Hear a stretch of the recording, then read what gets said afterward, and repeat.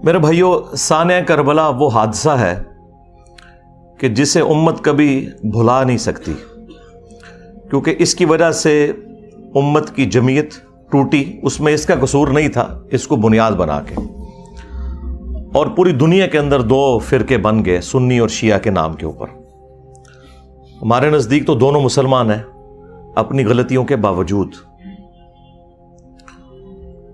Initially یہ اختلاف ایک سیاسی اختلاف تھا، پولیٹیکل اختلاف تھا، عقیدے کا کوئی اختلاف نہیں تھا، لیکن وقت کے ساتھ ساتھ یہ اختلاف اس لیول پر بڑھ گیا کہ آج عقیدوں کی شکل اختیار کر لی ہے، اور اس ایکسٹریم رویے کی پیش گوئی اللہ کے محبوب صلی اللہ علیہ وآلہ وسلم نے پہلے ہی فرما دی تھی۔ چنانچہ اہل سنت اور اہل تشیع دونوں کے ہاں یہ حدیث موجود ہے۔ اہل سنت کے ہاں فضائل صحابہ احمد بن حنبل کی کتاب میں یہ حدیث موجود ہے، مشکات شریف میں بھی ہے مسند احمد کے حوالے سے، جو مرفوع روایت ہے، اس کی صحت کے اوپر کلام ہے، لیکن وہ متن کے اعتبار سے روایت بالکل درست ہے۔ البتہ جو فضائل صحابہ احمد بن حنبل کی کتاب میں روایت ہے مولا علی علیہ السلام سے خود، اور وہ غیبی خبر پر محمول ہے، تو یقیناً رسول اللہ صلی اللہ علیہ وآلہ وسلم کے بتانے پر انہیں یہ بات معلوم چلی۔ اور سیم روایت نہج البلاغہ اہل تشیع کے ہاں جو مولا علی علیہ السلام کے خطبات ہیں ان میں بھی موجود ہے کہ سیدنا علی نے کہا کہ میری وجہ سے، یعنی مجھے بنیاد بنا کر، دو فرقے گمراہ ہو جائیں گے اور دو جہنم میں چلے جائیں گے۔ یہ دونوں الفاظ موجود ہیں۔ ظاہر ہے کہ گمراہی کا انجام جہنم ہی ہے، ایک میری محبت میں غلو کر کے اور ایک میری دشمنی میں غلو کر کے۔ محبت میں غلو کرنے والوں کے لیے جو ٹرم یوز کی جاتی ہے وہ رافضی کی ٹرم، اردو میں ہم رافضی کہتے ہیں، اور جو دشمنی میں بغض میں بڑھنے والے لوگ ہیں ان کے لیے ناصبی کا ورڈ استعمال کیا جاتا ہے۔ تو یہ رافضی اور ناصبی، ظاہر ہے کہ رافضی اکثریت میں اہل تشیع کے ہاں پائے جاتے ہیں، اور ناصبی جو ہیں وہ اہل سنت کے ہاں پائے جاتے ہیں۔ اور جب غصہ آتا ہے تو اہل سنت شیعہ کو رافضی کہتے ہیں اور شیعہ اہل سنت کو ناصبی کہتے ہیں۔ حالانکہ یہ دونوں جو گروہ ہیں ایک پولیٹیکل اختلاف کی بنیاد پہ الگ ہوئے، اور پھر اس میں جو ایکسٹریم لوگ تھے انہوں نے اس قسم کا ہنگامہ کھڑا کیا کہ اس بڑے لیول پہ وہ ہنگامہ چلا گیا کہ آج گمراہی اپنے عروج کے اوپر ہے۔ اگر اہل تشیع کے ہاں ایسے رافضی موجود ہیں جو علی اللہ کہتے ہیں، نعوذ باللہ، ہمارے سب کانٹیننٹ میں تو بہت کم لوگ ہیں، زیادہ تر یہ شام کے اندر نصیریہ فرقہ پایا جاتا ہے، اور شیعہ خود انہیں کافر سمجھتے ہیں۔ تو اہل سنت کے ہاں بھی ناسبیت اس لیول کے اوپر گھسی کہ اہل سنت کے پلیٹ فارم سے یزید کے حق میں نعرہ بازی شروع ہو گئی، اسے جنت کی بشارتیں دینا شروع کر دیں، اور بڑے بڑے ذمہ دار علماء نے یہ حرکت کی، اور سیدنا علی کے مقابلے پر حضرت امیر معاویہ رضی اللہ تعالیٰ عنہ کو بڑھا چڑھا کر پیش کیا گیا، بجائے یہ کہ اس پر اکتفا کیا جاتا کہ ان کی غلطیوں کو صحابی ہونے کی وجہ سے ہم صرف ڈسکس کر کے چھوڑ دیتے، لان تان سے پرہیز کرتے، باقی ان کا معاملہ اللہ کے سپرد، وہ تو قیامت والے دن اللہ جانے اور اس کے بندے جانے۔ لیکن یہاں پر لوگوں نے جو قاتلین اہل بیت تھے ان لوگوں کے ناموں کی کانفرنسز کرنا شروع کر دیں، مقتولین کو بھلا دیا، بجائے یہ کہ عمار ابن یاسر کے اوپر کوئی کانفرنس کی جاتی جو اولو العزم اصحاب میں سے ہیں، سابقون الاولون میں سے ہیں، اصحاب بدر میں سے ہیں، ان کے حق میں کوئی بات کی جاتی، ان کے قاتلین کے حق میں نعرہ بازی کی گئی۔ نبی الاسلام نے غدیر خم کے موقع پر اپنی وفات سے چند مہینے پہلے خطبہ دیا، انتہائی بلیغ خطبہ، اس کے الفاظ ہی کنکلوڈنگ ہے، اے لوگو آگاہ ہو جاؤ، میں بھی ایک انسان ہوں، قریب ہے کہ اللہ کا قاصد یعنی موت کا فرشتہ میرے پاس آئے اور میں اس کی دعوت قبول کر لوں۔ میں اپنے بعد تم میں دو بھاری چیزیں چھوڑ کر جا رہا ہوں، ان میں سے پہلی چیز اللہ کی کتاب ہے، اس میں ہدایت ہے، اس میں نور ہے، یہ اللہ کی رسی ہے جو قرآن میں ہے نا، وَاعْتَصِمُوا بِحَبْلِ اللَّهِ جَمِيعًا وَلَا تَفَرَّقُوا، تم سب کے سب مل کر اللہ کی رسی کو مضبوطی سے پکڑ لو اور فرقوں میں مت بٹو۔ یہ اللہ کی رسی ہے، جو اسے پکڑے گا وہ ہدایت پر ہوگا، جو چھوڑ دے گا وہ گمراہ ہو جائے گا۔ اور پھر نبی علیہ السلام ترغیب دلاتے رہے، اللہ کی کتاب، اللہ کی کتاب، اللہ کی کتاب۔ اور پھر فرمایا دوسری بھاری چیز میرے اہل البیت ہیں، میں اپنے اہل البیت کے معاملے میں تمہیں اللہ کا خوف دلاتا ہوں، میں اپنے اہل البیت کے معاملے میں تمہیں اللہ کا خوف دلاتا ہوں، میں اپنے اہل البیت کے معاملے میں تمہیں اللہ کا خوف دلاتا ہوں۔ 3 دفعہ فرمایا، لیکن امت بالکل الٹ چلی، نہ قرآن کو پکڑا عقیدوں کے لیے اور نہ اہل البیت کو زندہ چھوڑا۔ نبی علیہ السلام کو قبر مبارک میں گئے صرف 50 سال گزرے ہیں اور آپ کی پوری اولاد ذبح کر دی گئی۔ تو آپ سمجھتے ہیں کہ یہ کربلا بھلا دی جائے گی؟ نہیں، کربلا قیامت تک آپ کو ہانٹ کرے گی۔ ہاں، اور ہماری ویڈیوز کے بعد تو اب آپ بھول جائیں ہاں کہ کوئی شخص جو ہے وہ اس غم حسین کو مٹا سکتا ہے۔ یہ سوگ حسین نہیں ہے، سوگ 3 دن ہوتا ہے، یہ غم حسین ہے، یہ اسی طریقے سے جاری رہنا ہے۔ غم حمزہ نہیں ختم ہوا، صحیح بخاری میں حدیث ہے، فتح مکہ کے موقع پر حضرت بلال حبشی نے لا کر پیش کر دیا واشی کو حضور کے سامنے کہ چلیں جہاں باقیوں کی معافی ہو رہی ہے اس کی بھی ہو جائے۔ آپ علیہ السلام نے نگاہ اٹھا کے دیکھا، واشی؟ جی یا رسول اللہ۔ قاتل حمزہ؟ جی یا رسول اللہ۔ واشی تیرا اسلام قبول ہے، لیکن کیا تو ایسا کر سکتا ہے کہ تو مجھے اپنی شکل نہ دکھانا؟ پوری زندگی پھر واشی نے نبی علیہ السلام کا سامنا نہیں کیا۔ مسلمان صحابی اور شخصیت کون ہے؟ حریص علیکم بالمؤمنین رؤوف الرحیم، مومنین پر ان کی جانوں سے بڑھ کر حق رکھتے ہیں، ان کی جانوں سے بڑھ کر ان کے لیے حریص ہیں۔ کسی نے نہیں کہا کہ یا رسول اللہ یہ تو اسلام لے آئے ہیں تو آپ اپنے دل میں ان کا بغض کیوں رکھ رہے ہیں؟ ہمیں لوگ کہتے ہیں نا جی بغض ہے جی آپ کے دل کے اندر۔ صرف یہ کہ چچا کا غم بھلایا نہیں گیا۔ چچا بھی کوئی عام چچا تو نہیں تھا، وہ دور شریک بھائی بھی تھا، دین کا مجاہد تھا، بدر اور احد کے اندر آرمی چیف تھا نبی علیہ السلام کی فوج کا۔ تو کسی نے نہیں کہا یا رسول اللہ حمزہ کو تو شہید ہوئے 8 سال ہو چکے، سوگ تو 3 دن ہوتا ہے۔ کہاں 3 ہجری کے اندر یہ احد ہوئی، 5 سال ہو چکے تھے آلموسٹ اس وقت تک، اور 8 ہجری کے اندر فتح مکہ، 5 سال پرانی بات آپ نے آج تک سنبھال کے رکھی ہوئی ہے۔ ان کو پتا تھا۔ مجھے بتائیں کیا انسان کو اپنے چچا کے ساتھ زیادہ محبت ہوتی ہے یا اپنی اولاد کے ساتھ؟ اولاد کے ساتھ۔ پھر اولاد بھی وہ اولاد کہ بخاری میں حدیث موجود ہے، ابو داؤد کے اندر موجود ہے کہ نبی علیہ السلام اللہ کے حضور عرض کرتے کہ اے اللہ، ابراہیم علیہ السلام اپنے 2 بیٹوں اسحاق اور اسماعیل کو جن کلمات کے ذریعے تیری پناہ میں دیتے تھے، میں اپنے 2 بیٹوں حسن و حسین کو انہی کلمات کے ذریعے تیری پناہ میں دیتا ہوں۔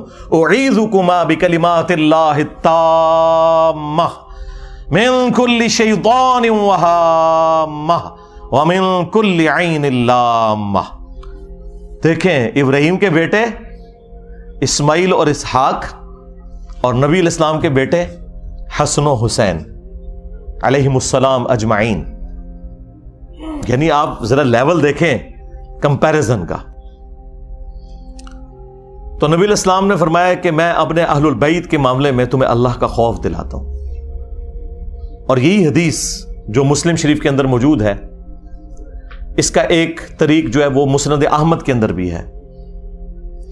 اس میں پھر یہاں تک الفاظ ہیں کہ نبی علیہ السلام نے اپنے حق ولایت کا ذکر کیا، النبی اولا بالمؤمنین من انفسہم وازواجہ امہاتہم، نبی مومنین کی جانوں سے بڑھ کر ان پر حق رکھتے ہیں اور نبی کی بیویاں امت کی مائیں ہیں۔ یہ آیت کوٹ کر کے آپ نے فرمایا کہ کیا میرا حق ولایت تم تسلیم کرتے ہو اپنے اوپر؟ یعنی میں تمہاری جانوں سے بڑھ کر تم پر حق رکھتا ہوں۔ تو سب نے کہا بلا یا رسول اللہ۔ تو پھر آپ علیہ السلام نے مولا علی کا ہاتھ پکڑا اور یوں فضا میں بلند کیا صحابہ کے درمیان، من کنت مولاہ فہذا علی مولاہ.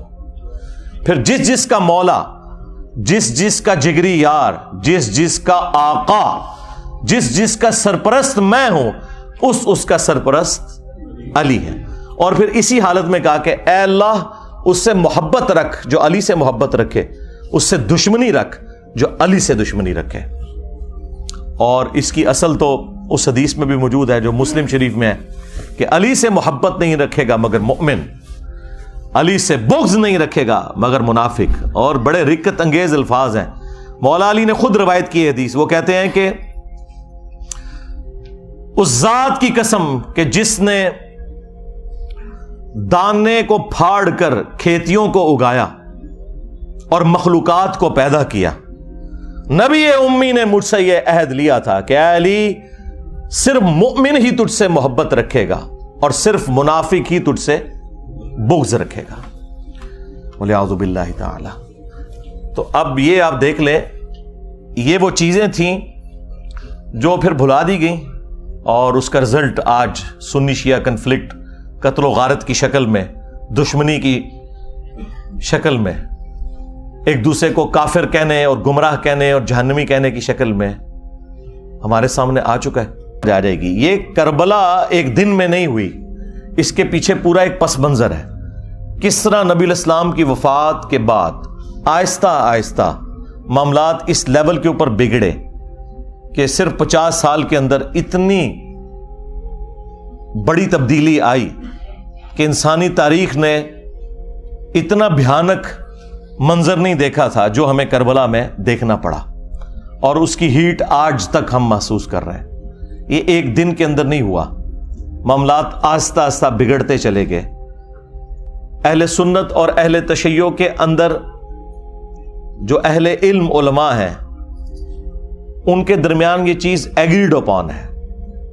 اہل سنت جو ہیں وہ سیدنا ابوبکر صدیق رضی اللہ تعالیٰ عنہ کو نبی الاسلام کا سکسیسر مانتے ہیں، اس اعتبار سے نہیں کہ نبی الاسلام نے انہیں اپنا کوئی وصی بنایا ہے. نبی الاسلام نے اپنا وصی قرآن کو بنایا تھا. یہ ٹاپک الگ سے ہے، میری اس کے اوپر ویڈیو ہے.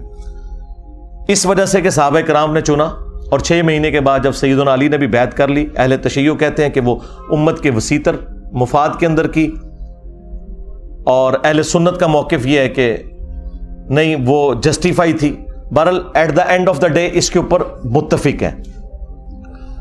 اور پھر یہ 30 سال کے بعد جب خلافت ملوکیت میں بدلی ہے اور کس طریقے سے معاملات بگڑتے چلے گئے کہ اس کا اینڈ رزلٹ کربلا ہوئی، اس میں ہر ایک ٹاپک متقاضی ہے کہ میں اس کے اوپر گھنٹوں بول سکتا ہوں. لیکن اگر میں بولوں گا تو پھر تو یہ ساری کی ساری مجلس جو ہے یہ تو اگلی اتوار تک بھی نہیں ختم ہونی. اس لیے میں نے بس چند ایک باتیں آپ کے سامنے رکھی ہیں تاکہ آپ کا دماغ کھلے کہ ہم نے اس پلیٹ فارم کے ذریعے یہ حق کی آواز کیوں بلند کی ہے. اس لیے کہ یہ پلیٹ فارم غدیر خم کے اوپر کھڑا ہے. غدیر خم کے موقع پر نبی الاسلام نے قرآن اور اہل البیت دونوں چھوڑے تھے. اس لیے آپ دیکھتے ہیں کہ ہمارے پلیٹ فارم سے قرآن کی توحید کے اوپر 0 ٹالرنس ہے. اسی طریقے سے اہل البیت کے دفاع کے اوپر بھی 0 ٹالرنس ہے بالکل. اور جب لوگوں کے پاس جواب ختم ہو گئے ہیں تو لوگ اب قرآن و حدیث کی منکر ہونا شروع ہو گئے ہیں. وہ لوگ جو کل تک دوسرے لوگوں کو کہتے تھے کہ جب قرآن و حدیث میں یہ بات لکھی ہوئی ہے تو ہم کیوں نہ مانیں، کیوں نہ بیان کریں، آج ان کے فرقوں کے خلاف جب باتیں قرآن سے، بخاری سے، مسلم سے نکلی ہیں تو منہ چھپاتے پھر رہے ہیں. اب اس غم کو تو ہم تو نہیں دور کر سکتے. یہ تو ہو نہیں سکتا کہ آپ بخاری اور مسلم سے رفع الیدین کی حدیثیں پیش کریں اور حدیث عمارہ آپ کے گلے میں پھنس جائے. ٹھیک ہے، آپ کے گلے میں تو پھنسے گی نا، ہمارے گلے میں کوئی چیز پھنسے نا تو اس کو نکالنے کے لیے یہ ہم نے 2812 رکھی ہوئی ہے. یہ میں نے اپنی بوٹل کے اوپر لکھ کے لگایا ہوا ہے 2812. تو یہ بخاری کی حدیث جو مسلم میں بھی موجود ہے، تقتلہ الفئۃ الباغیہ یدعوہم الی اللہ ویدعونہ الی النار. افسوس ہے عمار، تجھے ایک باغی جماعت قتل کرے گی، تو انہیں اللہ اور جنت کی طرف بلائے گا اور وہ جماعت تجھے جہنم کی طرف بلائے گی. اب یہ اتنے سخت الفاظ تھے اور ان کے لیے ہضم کرنے مشکل ہو گئے، کیونکہ انہیں فکر لگی کہ پھر لوگ ہم سے پوچھیں گے کہ کس رضی اللہ عنہ کو خوش کرنے کے لیے عمار رضی اللہ عنہ کو قتل کیا. تو انہوں نے بجائے مقتولین کے ساتھ کھڑے ہوتے یہ قاتلوں کے ناموں کے نعرے لگانا شروع ہو گئے, ان کے نام کی کانفرنسز کرنا شروع ہو گئے.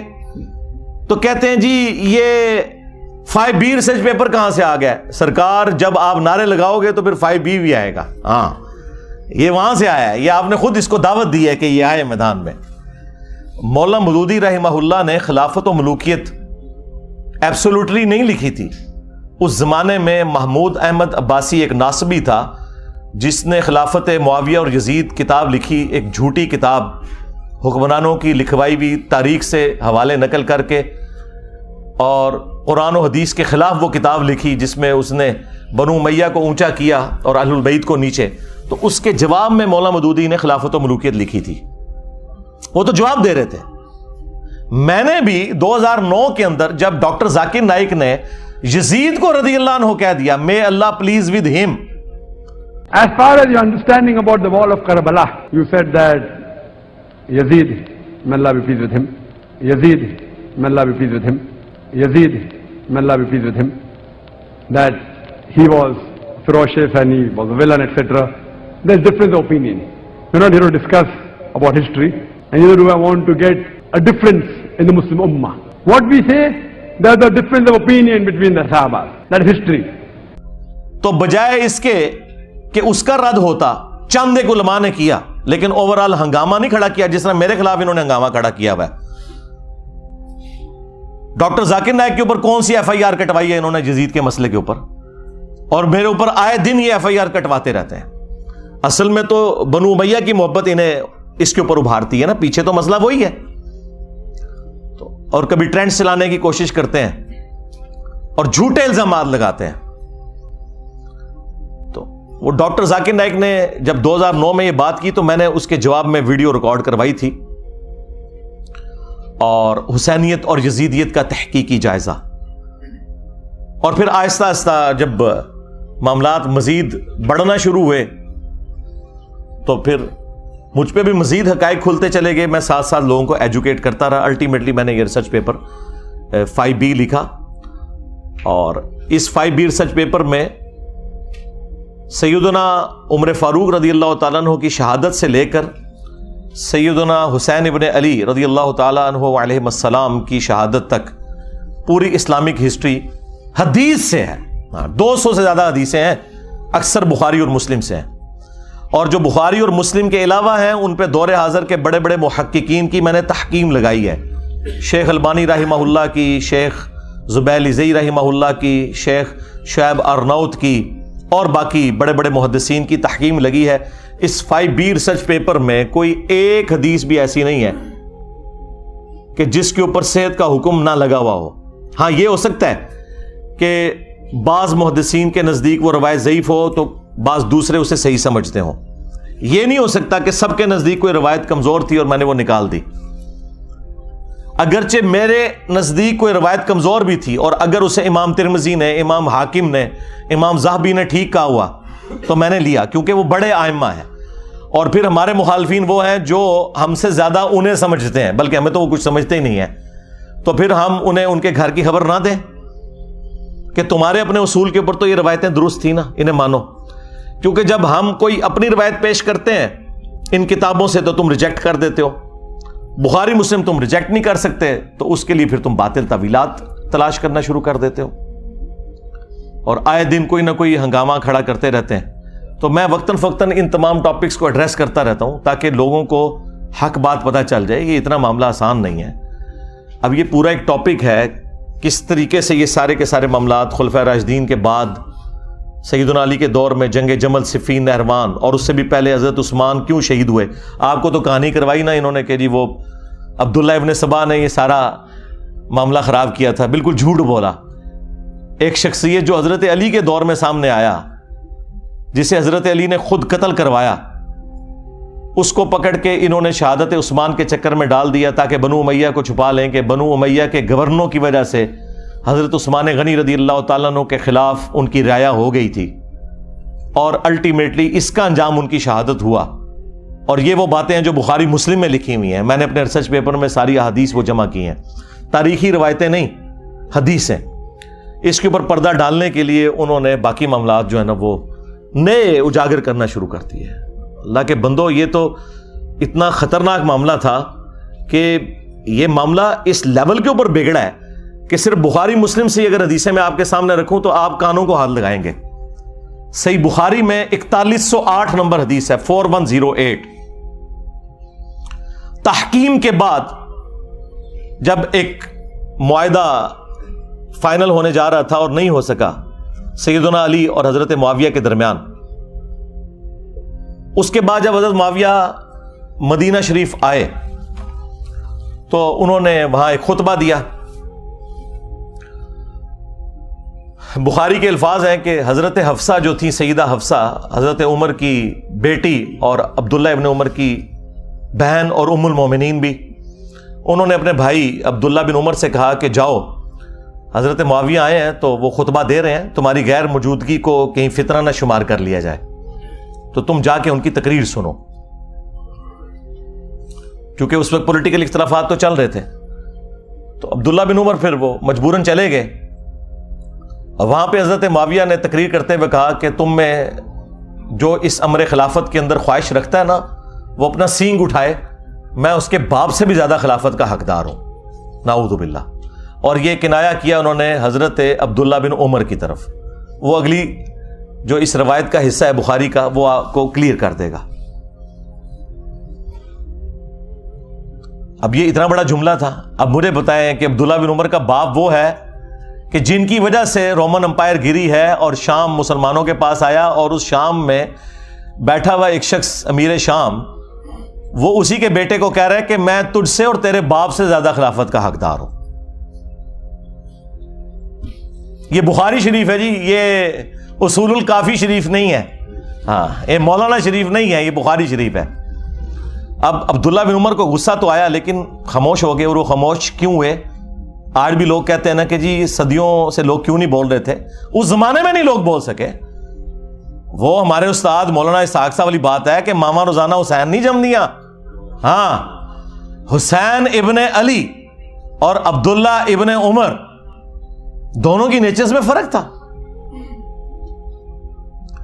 تو بعد میں ایک دوسرے صحابی کہتے ہیں عبداللہ بن عمر سے کہ آپ نے اسی وقت معاویہ کو جواب کیوں نہیں دیا جب وہ یہ کہہ رہا تھا کہ میں اس کے باپ سے بھی زیادہ خلافت کا حقدار ہوں.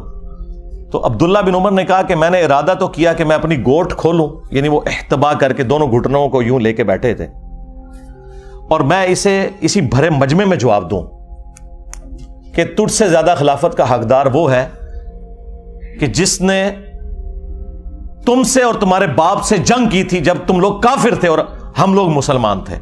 یعنی تم لوگ بعد میں مسلمان ہو کر طلقاء فتح مکہ کے موقع پر تم لوگوں نے معافی مانگ کے اسلام قبول کیا. تم لوگ آج آ کے عمر اور اس کے بیٹے کے بارے میں کہہ رہے ہو کہ ہم اس سے زیادہ خلافت کے حقدار ہیں. مجھے بتائیں, جو شخص یہ کہے کہ میں عمر سے زیادہ خلافت کا حقدار ہوں, اس نے علی کی خلافت کہاں سے ماننی تھی؟ یہ اب سنی شیعہ سے مسئلہ اٹھ چکا ہے جی. وہ قصاص عثمان چاہتے تھے, قصاص عثمان چاہنے والا یہ کہے گا کہ میں حضرت عمر سے زیادہ خلافت کا حقدار ہوں, تو انٹینشن تو انہوں نے خود کھول کے بتا دی. اچھا, تو وہ عبداللہ بن عمر کہتے ہیں میں نے ارادہ تو کیا اپنی گوٹ کھولوں اور میں سے کہوں کہ تجھ سے زیادہ خلافت کا حقدار اور تیرے باپ سے زیادہ وہ ہے کہ جن لوگوں نے تمہیں مار مار کے اسلام میں داخل کیا ہے.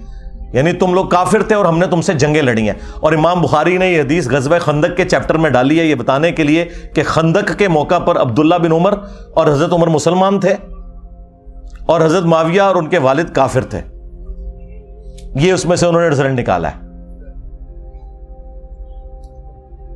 اچھا, اب یہ بڑی حیران کن بات ہے, اسے آپ کرامت سمجھیں یا انٹینشنلی ایسا ہوا. یہ سیم الفاظ صحیح مسلم کے اندر موجود ہیں حضرت عمر کے بھی. ایک تو وہ بخاری میں حدیث ہے نا, جب آپ کو زخم لگے تو آپ نے 6 رکنی کمیٹی بنائی اور کہا کہ میں اپنے بعد اس امر خلافت میں ان 6 بندوں کے سوا کسی کو حقدار نہیں سمجھتا کہ رسول اللہ اپنی وفات تک ان سے راضی رہے. علی, عثمان, طلحہ, زبیر, عبد الرحمن بن عوف اور سعد بن ابی وقاص, ان میں سے کسی کو خلیفہ چن لینا میرے بعد. اور مسلم شریف میں الفاظ ہیں کہ آپ نے خواب دیکھا کہ ایک مرغے نے آپ کو ٹھونگ ماری ہے. اس کے بعد آپ نے جمعے والے دن خطبہ دیا اور اگلا جمعہ آپ کو نصیب نہیں ہوا. بدھ والے دن آپ کی شہادت ہو گئی اور کہا کہ میں نے خواب دیکھی ہے اور میں نے اس کی تعبیر یہی کی ہے کہ عنقریب مجھے قتل کر دیا جائے گا, اور اگر میں اچانک مارا جاؤں تو اپنی خلافت کو ان 6 بندوں سے باہر نہ جانے دینا کہ جن سے رسول اللہ اپنی وفات تک راضی رہے. اس کے آگے بڑے خطرناک الفاظ ہیں کہ تم دیکھو گے کہ ان 6 بندوں کی مخالفت وہ لوگ کریں گے کہ جن کو میں نے اپنے ہاتھوں سے اسلام کے لیے مارا ہوا ہے, اور اگر وہ مخالفت میں سامنے آ جائیں تو سمجھ لینا کہ یہ لوگ اللہ کے دشمن اور کافر ہیں. اتنے سخت الفاظ ہیں. ہاں جی, اب یہ آپ نے تلاش کرنا ہے یہ اللہ کے دشمن کن کو کہا انہوں نے, کہ جن سے میں نے اسلام کے لیے خود جنگ کی ہے. لوگ کہتے ہیں یہ رومنز اور پرشینز کا ذکر ہو رہا ہے, اور رومنز اور پرشینز کو صحابہ کرام نے اپنے مشورے میں شامل کرنا تھا کہ حضرت آپ بتائیں کہ ہم نے کس کو خلیفہ چننا ہے. اور دوسرا, رومنز اور پرشینز تو رہی کوئی نہیں تھے, وہ تو گر گئے تھے حضرت عمر کے دور میں. یہ آپ اپنے اندر رہنے والے لوگوں کی بات کر رہے تھے کہ یہ وہ لوگ ہیں جن کو ہم نے مار مار کے اسلام میں داخل کیا ہے, اور یہی مخالفت کریں گے ان 6 بندوں کی. خیر, اس کی ایکسپلینیشن میں علماء پہ چھوڑ دیتا ہوں. میں نے کوئی تشریح کی تو وہ کہیں گے کہ ایتے وچ نہیں سی لکھیا, تون وچوں کڈ کے لکھیا ایتے وچ تے ٹائم قیامت تک کی کڈ کے دس. اچھا, مزے کی بات بتاؤں, یہ مسلم شریف کی حدیث جو ہے نا, یہ سیم حدیث سنن کبریٰ البیہقی کے اندر اسی سند کے اوپر ہے 100%, یہ مرغے کی ٹھونگ مارنے والی. اور اس کے اینڈ پہ لکھا ہے کہ سیدنا عمر 26 ذوالحجہ کو شہید ہوئے. مسلم شریف کی سند کے اوپر مسلم والی حدیث جو سنن کبریٰ البیہقی میں تھی, اس میں اینڈ پہ الفاظ یہ ہیں, باقی ساری حدیث سیم ہے, کہ 26 ذوالحجہ کو شہادت ہوئی بدھ والے دن حضرت عمر فاروق رضی اللہ تعالیٰ عنہ کی. تو سرکار یکم محرم کہاں سے نکال لیا؟ مسلم شریف میں 26 ذوالحجہ ہے, ظاہر سند وہی ہے. چلیں تاریخ کی بھی کتابیں اٹھائیں تو جتنی صحابہ کرام کے حالات زندگی پہ کتابیں ہیں نا, وہ 3 بڑی بڑی کتابیں ہیں. الاستیاب امام ابن عبد البر کی کتاب, اس کے بعد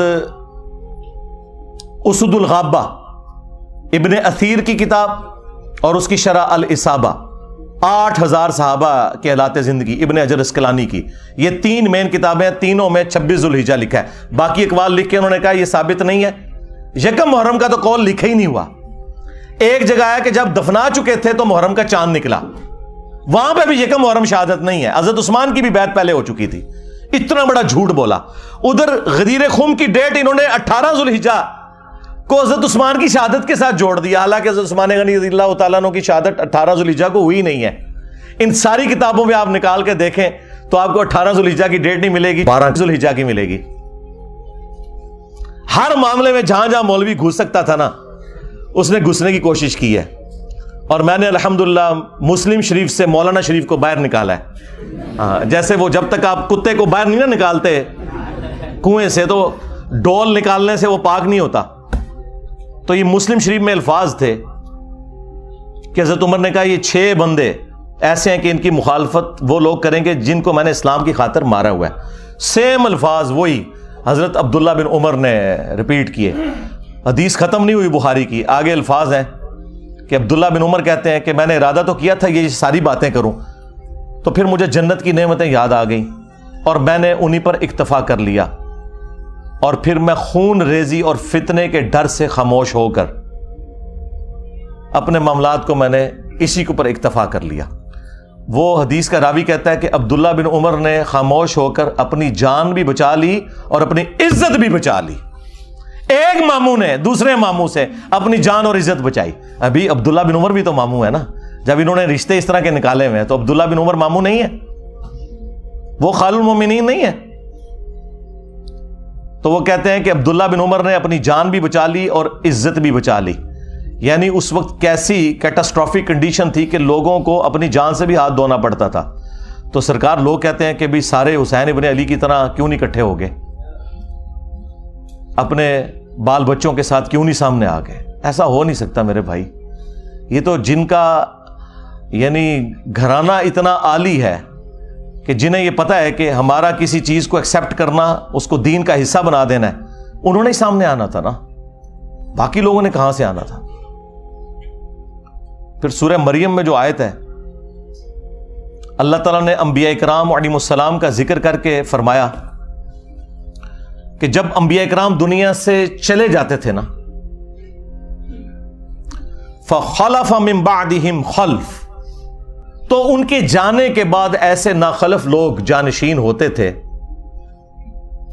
اضاعوا الصلاۃ، جو نمازوں کو ضائع کرتے تھے، واتبعوا الشہوات، اور وہ شہوات کی پیروی کرتے تھے، فسوف یلقون غیا، ان قریب یہ اپنے انجام کو پہنچ جائیں گے. اللہ تعالیٰ نے کہا کہ انبیاء جب بھی دنیا سے جاتے تھے، ان کے جانے کے بعد ناخلف لوگ ان کے جانشین بن جایا کرتے تھے، یعنی کچھ عرصہ گزرنے کے بعد ان قریب یہ اپنی اس گمراہی کی سزا کو پالیں گے.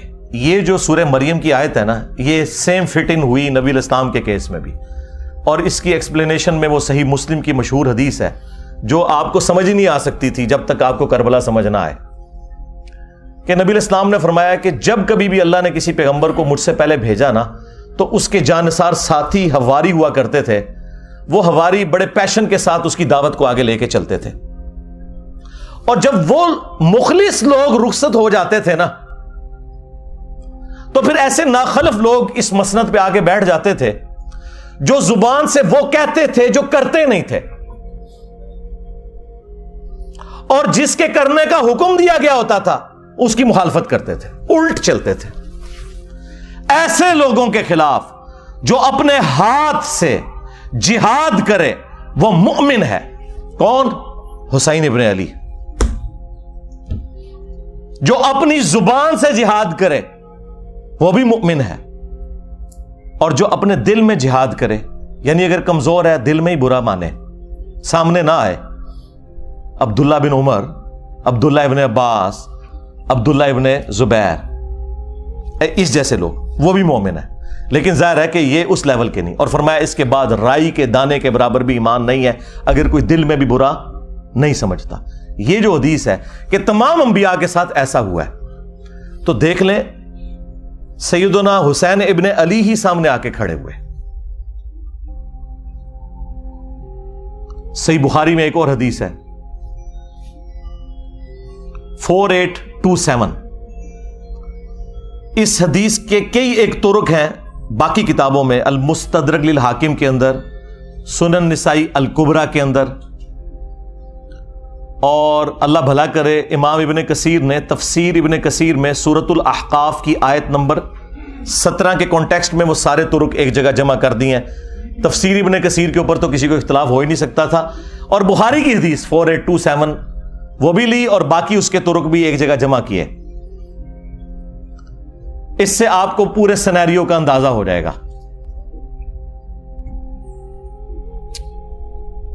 مروان بن حکم جب مدینے کا گورنر بنا تو بخاری کے الفاظ ہیں کہ اس نے ایک دن خطبے میں یزید ابن معاویہ کا ذکر کرنا شروع کیا اور کہا کہ اللہ تعالیٰ نے امیر المومنین حضرت معاویہ کو یہ بات سجھائی ہے، وہ امت کے وسیع تر مفاد کے اندر اپنے بعد یزید ابن معاویہ کو خلیفہ بنانا چاہتے ہیں.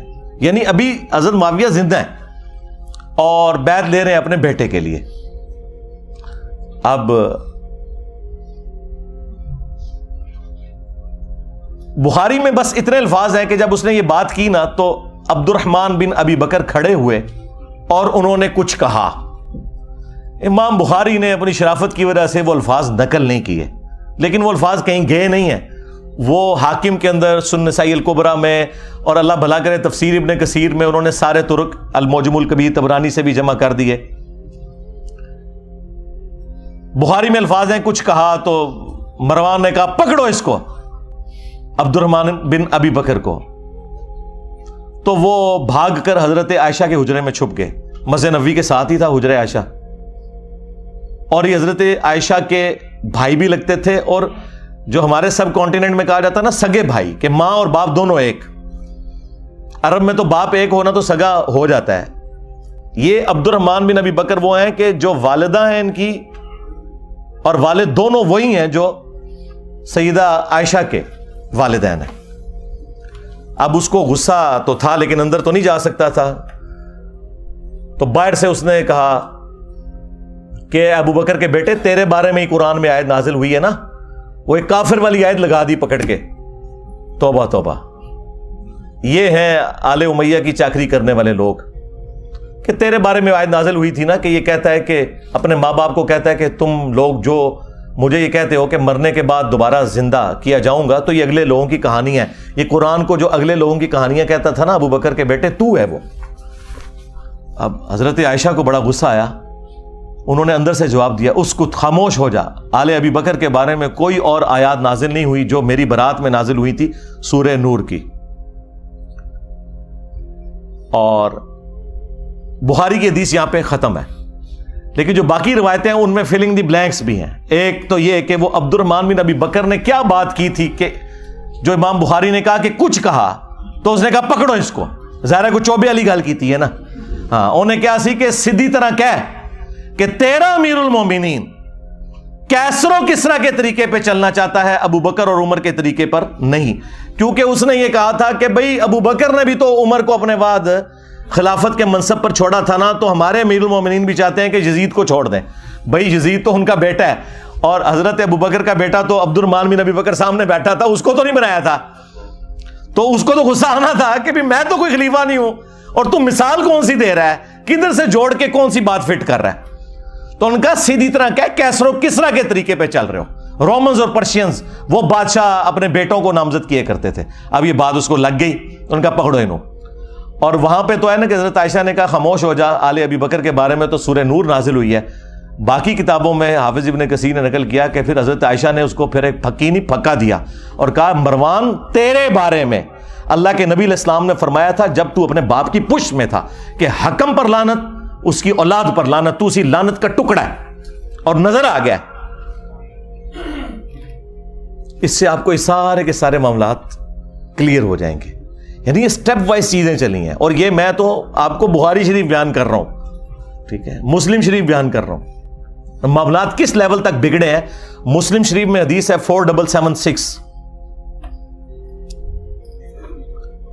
عبداللہ بن عمر بن عاص خانہ کعبے کے سائے میں بیٹھے میں اور لوگوں کو حدیث سنا رہے ہیں کہ اپنے امیر کی اطاعت کرو. اطاعت امیر کے اوپر حدیثیں سنا رہے ہیں. ایک تابعی عبد الرحمن بن عبد رب کعبہ کعبے کے سین میں داخل ہوتا ہے, اور وہ جب ان کی گفتگو سنتا ہے تو کہتا ہے کہ حضرت یہ حدیث آپ نے خود نبی علیہ السلام سے سنی تھی کہ حکمرانوں کی اطاعت کرنی ہے. ان کا ہاں, میرے کانوں نے سنا, میری آنکھوں نے نبی علیہ السلام کو دیکھا, میرے دل نے آپ کی بات یاد کی.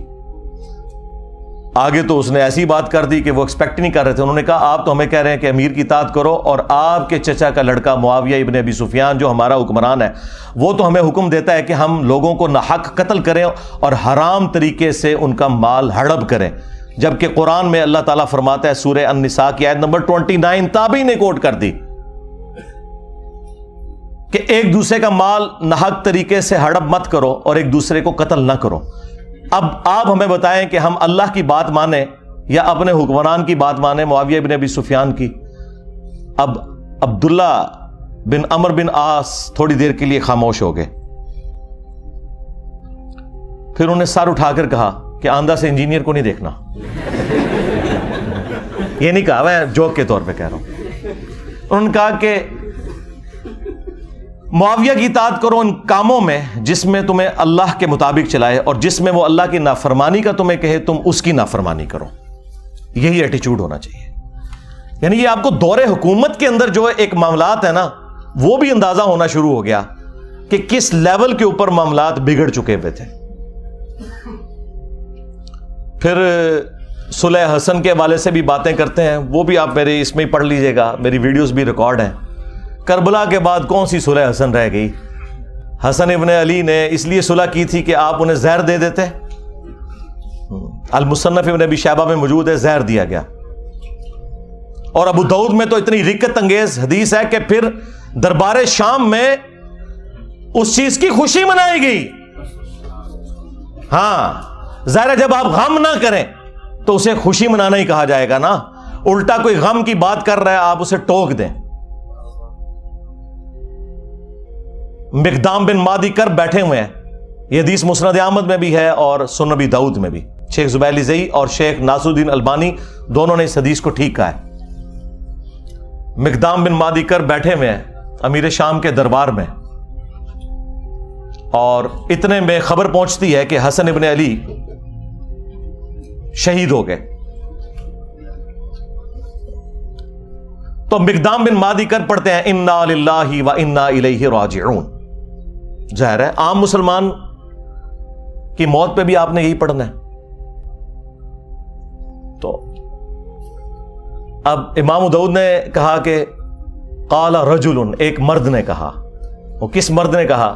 وہ مسند احمد میں ہے. قال معاویہ, معاویہ نے کہا تم حسن کے مرنے کو مصیبت سمجھتے ہو؟ اللہ اکبر. جب شاہ صاحب یہ بات کر رہے ہو تو شاہ کے وفادار تو ایک ہاتھ آگے جائیں گے.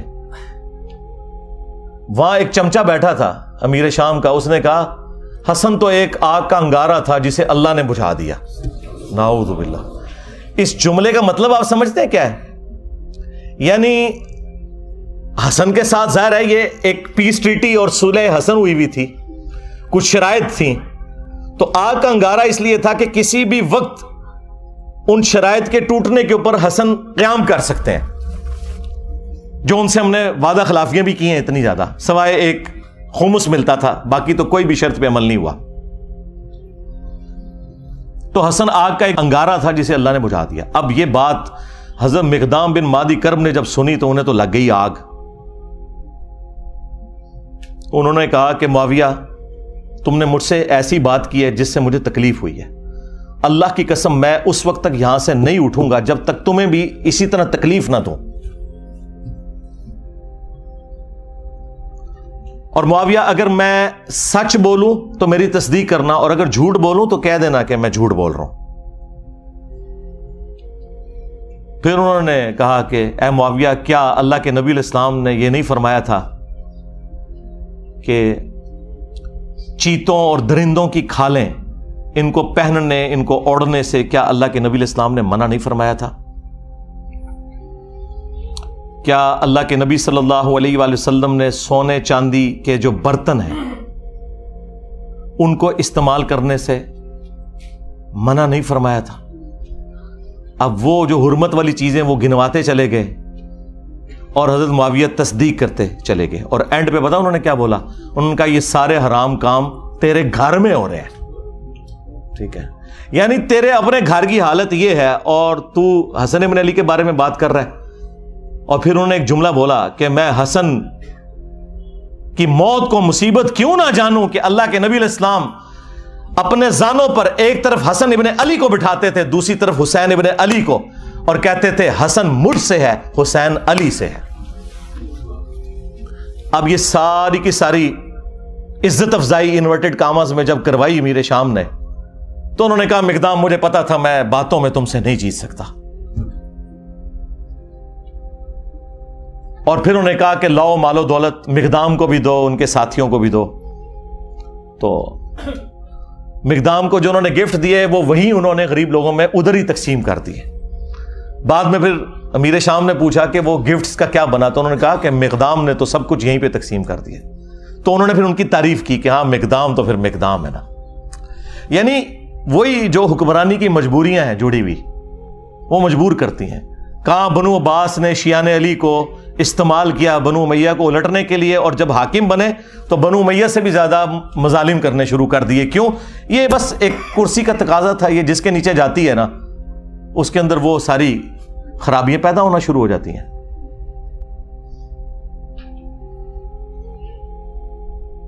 اور ادھر مجھے کریٹیکل ایک بات یاد آ گئی.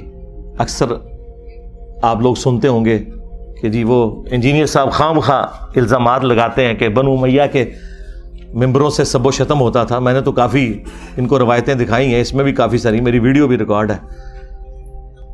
ایک مسلم کی حدیث جو بخاری میں بھی موجود ہے وہ سارے کے سارے پول کو کھول دیتی ہے ان کی. اس کا کچھ حصہ بخاری کے اندر ہے اور تفصیل اس کی مسلم کے اندر موجود ہے.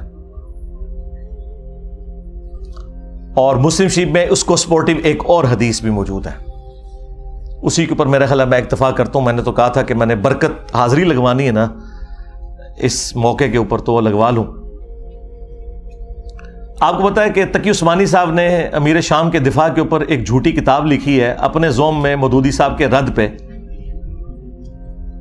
اور اس میں انہوں نے عجیب و غریب باتیں لکھی. ان میں سے ایک یہ لکھی کہ یہ حضرت علی پہ سب و شتم کرنا کوئی ثابت نہیں. ایک روایت بخاری میں ملتی ہے، اس میں بھی سب کا لفظ ہے اور سب کا مطلب تنقید ہوتا ہے، اور یہ جملہ انہوں نے ساری دیوبندی عوام کو رٹوا دیا. بھائی اگر یہ تو انہوں نے جان بوجھ کے کیا ہے تو پھر تو منافقت کی ہے. یہ تو بہت بڑا حکم ہے، ہم نہیں لگاتے. ہم یہ کہتے ہیں کہ انہیں پتہ نہیں ہوگا، یعنی وہ اس ٹاپک پہ جاہل تھے. تو یہی تو ہم کہہ رہے ہیں کہ علماء جاہل ہیں. ہاں، کیونکہ اگر جاہل نہیں مانیں گے پھر منافق ماننا پڑے گا کہ اگر پتا تھا تو جان بوجھ کے ایسا جھوٹ کیوں بولا. یہ سیم حدیث مسلم کے اندر موجود تھی کہ آل مروان میں سے ایک بندہ مدینے کا گورنر بنا اور اس نے شیعان علی میں سے سہل ابن سعد الساعدی کو بلایا ممبر پر اور کہا کہ آپ حضرت علی رضی اللہ تعالیٰ عنہ کے اوپر سب کرو. اور جب انہوں نے انکار کیا تو کہا کہ چلو تم یوں کہہ لو لعن اللہ ابو تراب، نعوذ باللہ، ابو تراب پر لعنت ہو، نعوذ باللہ. یہ بنو امیہ ابو تراب نام کو نا حقارت کے طور پر مٹی والا. تو حضرت سہل ابن سعد نے کہا لگایا، انہوں نے کہا کہ علی تو اس نام سے بڑے خوش ہوتے تھے، یہ تو نبی علیہ السلام نے ان کی کنیت ابو تراب رکھی ہوئی تھی. تو وہاں پہ الفاظ ہے لعن اللہ ابو تراب، یعنی ابو تراب کہنا اور لعنت کے ساتھ. یہ کہتے ہیں سب کا مطلب تنقید ہے، تو امام مسلم نے سب کا ترجمہ خود کر دیا ہوا ہے یہ بتا کے یہ لعن اللہ ابو تراب کہتے تھے. اب تک عثمانی صاحب نے اگر جان بوجھ کے یہ روایت چھپائی ہے مسلم کی 6229 تو منافقت کی ہے، لیکن یہ بہت بڑا شرعی حکم ہے. ہم اس نے ظن رکھتے ہیں کہ ان بیچاروں کو پتہ ہی کچھ نہیں، جس طرح ان کے بڑوں کو کچھ نہیں پتا تھا. اب آ جائیں وہ حدیث 6220. امیر شام کے دربار میں حضرت سعد ابن ابی وقاص کو امیر شام کہتے ہیں کہ تجھے کون سی چیز روکتی ہے. الفاظ امر معاویہ، معاویہ نے حکم دیا. تو سعد ابن ابی وقاص نے کہا کہ میں کبھی بھی علی کے اوپر سب یعنی کہ لعنت نہیں کروں گا، کیونکہ دوسری حدیث میں لعنت کے الفاظ موجود ہیں. تو ان کا تمہیں کون سی چیز روکتی ہے کہ تم ابو تراب کے اوپر سب نہیں کر رہے. ابو تراب، اور یہ وابیوں کا جو ابا ہے نا ابن تیمیہ، اس نے اس روایت کو منہاج السنہ میں کوٹ کیا ہے اور اس نے خود مانا ہے، اس نے فلنگ دی بلینکس کیا ہے کہ ماموں نے حکم دیا تھا سب کروانے کا. ان کا ابا مان کے کیا ہے. اب یہ پتہ نہیں کیوں نہیں اپنے ابے کو مانتے، مسلم شریف میں لکھا ہوا تھا. تو حضرت سعد نے کہا کہ میں نے 3 باتیں علی کے بارے میں ایسی سنی ہے کہ مجھے ایک بھی مل جاتی نا سرخ اونٹوں سے بہتر تھا. سن معاویہ، غزوہ تبوک کے موقع پر نبی علیہ السلام نے عورتوں اور بچوں پر اپنا جانشین چھوڑا مولا علی کو، اور یہ پہلا اور آخری موقع تھا کہ کسی جنگ میں مولا علی شریک نہیں ہو رہے تھے. تو ظاہر ہے وہ افسردہ تھے، رو پڑے. نبی علیہ السلام نے ان کی دلجوئی کے لیے فرمایا کہ اے علی، کیا تو اس بات پہ راضی نہیں کہ تیری میرے ساتھ وہی نسبت ہے جو ہارون کی موسیٰ کے ساتھ، مگر میرے بعد کوئی نبی نہیں. اس کا مطلب آپ کو پتا ہے کیا ہے؟ 2 مطلب. قرآن میں حضرت موسیٰ علیہ السلام کے سب سے قریبی ساتھی کون تھے؟ ان کے بھائی ہارون، اور وہ پیغمبر بھی ہوئے. اس اعتبار سے نبی علیہ السلام کا سب سے قریبی ساتھی کون ہوا؟ سیدنا علی. لیکن چونکہ ختم نبوت ہے اس لیے وہ نبی نہیں ہے، امتی نبی بھی نہیں ہے. تو اگر مولا علی امتی نبی نہیں ہے تو غلام احمد قادیانی دجال تھے، شاید کوئی نہیں. یہ حدیث ختم نبوت کے اوپر بھی پیرا دے رہی ہے، صرف مولا علی کی شان بیان نہیں ہو رہی، ختم نبوت پہ بھی پیرا دینے والی حدیث ہے. سن معاویہ، دوسرا موقع خیبر کا. نبی علیہ السلام نے فرمایا کل میں اس شخص کے ہاتھ میں جھنڈا دوں گا جو اللہ اور اس کے رسول سے محبت کرتا ہے اور اللہ اور اس کا رسول اس سے محبت کرتے ہیں. ہم پوری رات ایڑیاں اٹھا کے دیکھتے رہے کہ وہ خوش نصیب کون ہے. بلکہ مسلم میں تو الفاظ ہیں، حضرت عمر کہتے ہیں مجھے پوری زندگی اس بات پہ رشک رہے گا علی کے اوپر کہ وہ جھنڈا مجھے کیوں نہیں ملا، علی کو مل گیا، اس سے پہلے مجھے کبھی خواہش نہیں پیدا ہوئی تھی۔ صبح نبی علیہ السلام نے حضرت علی کو بلایا، ان کو آشوب چشم تھا، اپنی مبارک لعاب دہن ان کی آنکھوں پہ لگائی، شفا ہو گئی، اور پھر انہیں روانہ کیا اور خیبر میں فتح ہوئی۔ اور تیسرا موقع جب نجران کے کرسچنز آئے نبی علیہ السلام کی بارگاہ میں، سب دلائل سامنے رکھ دیے، پھر بھی وہ ہٹ درمی پر اترے، تو آیت مباہلہ نازل ہوئی، ندعو ابناءنا ابناءکم ونساءنا ونساءکم وانفسنا وانفسکم ثم نبتہل فنجعل لعنت اللہ علی الکاذبین۔ اے نبی ان سے کہو اپنے بیٹوں کو لے آؤ، ہم بھی اپنے بیٹوں کو لے آتے ہیں، تم بھی اپنی عورتوں کو لے آؤ، ہم بھی اپنی عورتوں کو لے آتے ہیں، تم خود آ جاؤ، ہم خود آ جاتے ہیں، اور پھر اوپن میدان میں اللہ کے حضور دعا کرتے ہیں کہ جھوٹوں پہ اللہ کی لعنت ہو۔ اور نبی علیہ السلام نکلے مولا علی، حسن، حسین اور فاطمہ کو لے کر، حالانکہ آپ کی 9 بیویاں تھیں، ان کو نہیں لے کر آئے، وہ بھی اہل البیت ہیں، لیکن یہ اسپیشل پروٹوکول۔ اور کہا اللہم ہؤلاء اہل بیتی، اے اللہ یہ میرے اہل البیت ہیں۔ یہ 3 فضائل دربار شام میں بیان کیے حضرت سعد ابن ابی وقاص نے، اس بات کی دلیل پر کہ میں مولا علی پہ کبھی بھی سب و شتم نہیں کروں گا۔ امام نووی جو ہے نا اہل سنت میں، اس کی آخری کوشش ہوتی ہے کسی طریقے سے نا بنو امیہ کے اوپر پردہ ڈالے۔ یہاں اس نے پتہ کیا پردہ ڈالنے کی کوشش کی، اس نے کہا کہ وہ اصل میں میر شام یہ کہہ رہے تھے کہ مجھے کوئی علی کے فضائل سناؤ، کیونکہ یہ لوگ گالیاں دیتے ہیں، میں ان کو قائل کروں۔ حالانکہ واضح الفاظ تھے امر معاویہ، معاویہ نے حکم دیا اور سعد نے انکار کیا۔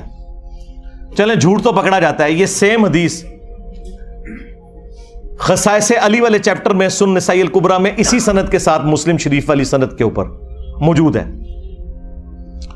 اس میں آگے الفاظ ہیں، سعد ابن ابی وقاص کا بیٹا کہتا ہے پھر جتنے دن حضرت معاویہ مدینہ شریف میں رہے، حضرت علی کی تنقیص کا ایک جملہ اپنی زبان سے نہیں نکالا۔ میرے باپ نے اس طرح کا ڈانٹا تھا ان کو، تو پتہ چل گیا کہ ڈانٹا تھا۔ بلکہ اسی کتاب میں خصائص علی والا جو چیپٹر ہے سنن نسائی الکبریٰ کا، سعد ابن ابی وقاص کہتے ہیں کہ اگر یہ لوگ بنو امیہ کے لوگ میرے سر کے درمیان آرا رکھ دیں اور مجھے یہ کہیں کہ تیرے 2 ٹکڑے کر دیے جائیں گے، تو علی کے بارے میں کوئی غلط جملہ اپنی زبان سے نکال تو میں اپنے 2 ٹکڑے کروا لوں گا، میں علی کے بارے میں ایک جملہ بھی ایسا نہیں بولوں گا ان کی تنقیص کا جو کچھ میں نے رسول اللہ سے اپنے کانوں سے علی کی شان میں سن رکھا ہے۔ صلو علی محمد وآل محمد، اللہم صلی علی محمد وعلی آل محمد واصحاب محمد وازواج محمد اجمعین الی یوم الدین۔ مسند احمد میں ایک حدیث ہے، مولا علی علیہ السلام کہتے ہیں کہ ایک دن میں رسول اللہ کی خدمت میں حاضر ہوا اور میں نے دیکھا کہ آپ نے حسین ابن علی کو اٹھایا ہوا ہے اور زار و کتار آپ کی آنکھوں سے آنسو رواں ہے۔ تو میں نے کہا یا رسول اللہ میرے ماں باپ آپ پر قربان، آپ کو کس نے غمگین کر دیا؟ بلکہ یہ حدیث جو سٹارٹ ہوتی ہے نا کہ نینوا نامی ایک مقام تھا، جنگ صفین پر جاتے ہوئے مولا علی علیہ السلام اپنی سواری پر یہ کہہ رہے ہیں اصبر یا ابا عبداللہ، اے ابو عبداللہ صبر کرنا۔ تو ساتھی کہتے ہیں کہ حضرت یہ آپ کس سے باتیں کر رہے ہیں؟ تو انہوں نے کہا کہ مجھے ایک حدیث یاد آ گئی، اسی مقام کے بارے میں نبی علیہ السلام نے فرمایا تھا جب میں آپ کی خدمت میں حاضر ہوا اور آپ نے حسین ابن علی کو اپنی گود میں اٹھایا ہوا ہے اور آنکھوں سے زار و کتار آنسو رواں ہے۔ میں نے کہا یا رسول اللہ میرے ماں باپ آپ پر قربان، آپ کو کس نے غمگین کر دیا؟ تو نبی علیہ السلام نے کہا کہ ابھی ابھی جبرائیل علیہ السلام میرے پاس آئے تھے اور کہا کہ آپ اس بچے سے اتنی محبت کرتے ہیں اور اس بچے کو دریائے فرات کے کنارے پیاسا شہید کر دیا جائے گا، اور میری خواہش پر انہوں نے یوں ہاتھ مار کر کربلا کی وہ جو سرخ مٹی ہے وہ بھی مجھے دکھائی، اس کی وجہ سے میں غمگین ہو گیا اور میری آنکھوں سے آنسو رواں ہو گیا۔ یہ غم حسین ہے جو نبی علیہ السلام کی زندگی میں بھی آپ کو ہے، اور وفات کے بعد مسند احمد میں یہ حدیث موجود ہے۔ ابن عباس کہتے ہیں کہ ایک دوپہر کو میں نے نبی علیہ السلام کو خواب میں دیکھا، پرانگدہ حالت ہے، بال بکھرے ہوئے ہیں، ہاتھ میں خون کی ایک شیشی اٹھائی ہوئی ہے، اور میں نے کہا یا رسول اللہ میرے ماں باپ آپ پر قربان، آپ کی حالت کس نے کر دی؟